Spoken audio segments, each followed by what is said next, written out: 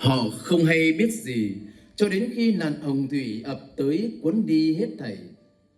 Ngày con người Quang Lâm cũng sẽ như vậy.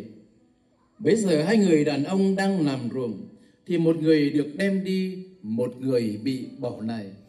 Hai người đàn bà đang kéo cối xay thì một người được đem đi, một người bị bỏ lại. Vậy anh em hãy canh thức, vì anh em không biết ngày nào Chúa của anh em sẽ đến. Anh em hãy biết điều này, nếu chủ nhà biết vào canh nào kẻ trộm sẽ đến, hẳn ông phải canh thức, không để nó khoét vách nhà mình đâu.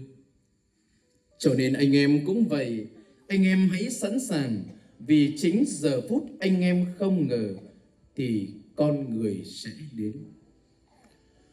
Đó là lời Chúa. Lạy Chúa Kitô.